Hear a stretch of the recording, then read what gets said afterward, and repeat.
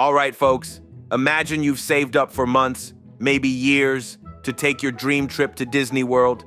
You pack the kids, the sunscreen, and a second mortgage just to afford the food. And when you finally get there, bam!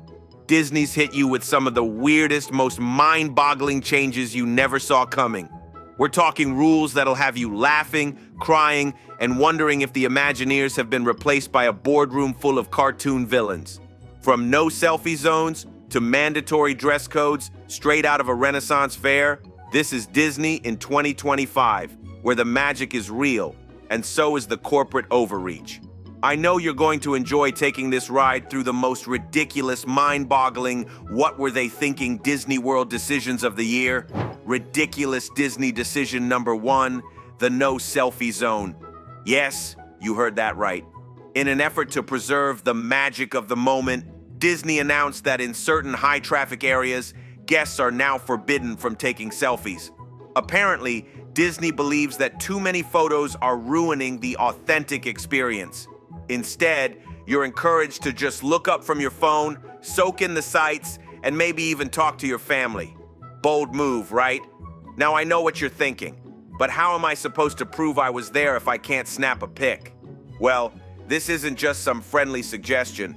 Oh no, this rule is enforced with the kind of intensity usually reserved for airport security and Olympic drug testing. And, wait for it, they've got animatronic enforcers patrolling the area. That's right, imagine a robotic Mickey Mouse rolling up like a Terminator, giving you the old shh, like he's a deranged librarian. Ridiculous Disney decision number 2, the new dress code for magic. Next up, we've got something that's really turning heads, the new Disney World dress code. Imagine strolling past Cinderella's castle and finding a sign that says, "No jeans, no sneakers, only enchanted attire allowed." That's right. If you're not wearing something that sparkles or a costume that screams, "I belong in a fairy tale," you might not be allowed into the most magical parts of the park.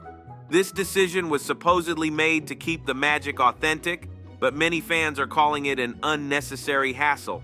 I mean, I love a good princess gown, but do I really need to wear one every time I want to ride Space Mountain?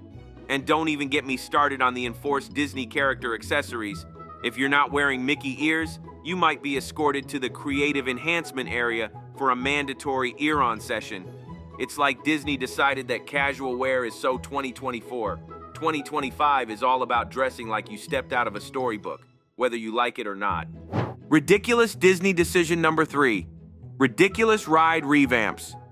In 2025, some of Disney's beloved rides got a makeover that's, well, a little out there. One of the most controversial changes is the revamp of the Haunted Mansion. The new version promises a hyper-realistic 4D experience. Think terrifyingly lifelike ghosts and immersive sound effects that might just give you nightmares. The problem? Some longtime fans say it's too intense, turning a family favorite into something that belongs in a horror flick. One guest even compared it to being trapped in a haunted basement with your worst enemy, a hyperactive ghost. Then there's the updated Pirates of the Caribbean ride. The storyline now includes an additional subplot about environmental piracy. Yep, pirates stealing endangered sea turtles. It's meant to be an educational twist, but for many, it feels forced. Pirates were already fun and mischievous. Now, they're also conservationists. It's like trying to mix lemonade with a splash of kale juice. Unexpected and, frankly, a bit weird. Ridiculous Disney decision number 4, outrageous prices and oddball merchandise. Disney has always been at the forefront of weird but will buy it anyway merchandise. But in 2025, they've outdone themselves. They took one look at the drawing board and said, "You know what this needs? A complete lack of oversight." Exhibit A, the Buzz Lightyear Sippy Cup. Let's start with the Buzz Lightyear Cup. Now you'd think designing a children's cup would be pretty straightforward, right? Wrong. Because somehow, someone, somewhere in the Disney pipeline, signed off on putting the straw directly where Buzz's crotch would be. Exhibit B, the Tigger doll with a tail crisis. Next up, Tigger. You know him. You love him. He's the most bouncy, flouncy, fun character in the 100 Acre Wood. But this version looks like his tail was attached by a sleep-deprived intern who was just trying to make it to lunch. Kids might still love it, but if you're a parent, you're looking at this on the shelf like, did Tigger fall down some stairs? Exhibit C, the princess toilet seats. Oh, but wait, there's more. Let's talk about the Disney princess toilet seats. Yes, Disney has officially given you the opportunity to pee on royalty.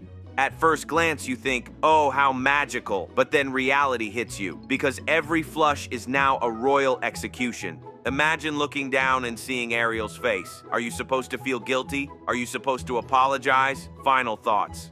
We're still gonna buy it, because it's Disney, and because deep down, we all secretly want a completely inappropriate Buzz Lightyear cup. Ridiculous Disney decision number 5.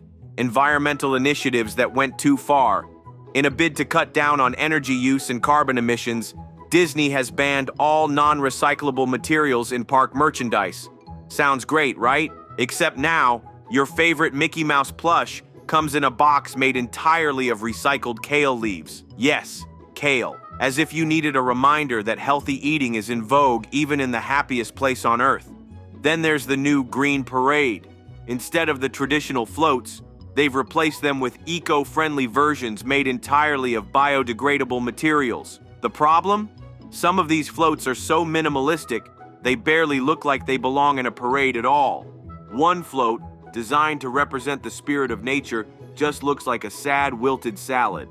Ridiculous Disney decision number 6, the new guest behavior policies.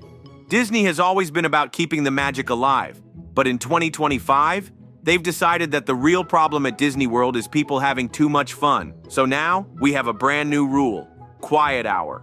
Yes, for 1 hour every day, Disney requires total peace and quiet. No loud talking, no yelling, and, get this, no laughing above a certain decibel level. Because if there's one thing Disney needed, it was more strict noise ordinances. Imagine this. You're strapped into Space Mountain, adrenaline pumping, about to plunge into darkness at 35 miles per hour, but you have to scream in a whisper.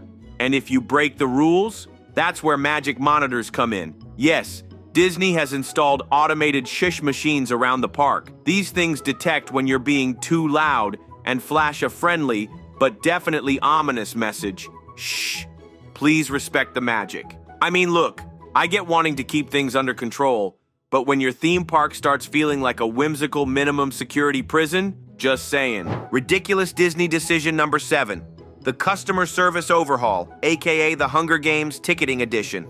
Remember when going to Disney was simple? You bought a ticket, you walked in, and boom, instant magic. Well, those days are gone. Now, instead of just buying a ticket, you have to navigate a multi-tiered pricing system, unlock add-ons, and, oh joy, sign up for a loyalty program that makes airline miles look straightforward. And heaven forbid you select the wrong option, because one misclick and you're locked into a Dumbo-only pass while your kids are begging to ride Tron. Disney always promises magic, but this new system, it's pure madness. 2025 has been a year of head-scratching surprises at Disney World.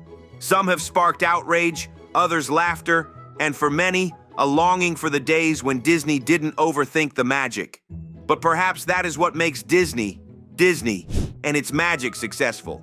It was never meant to be perfect, only fleeting and wondrous somewhere in a space between user experience analytics gone wild and the absurd. What do you think? Drop your thoughts in the comments below. I'd love to hear your 2025 Disney experience.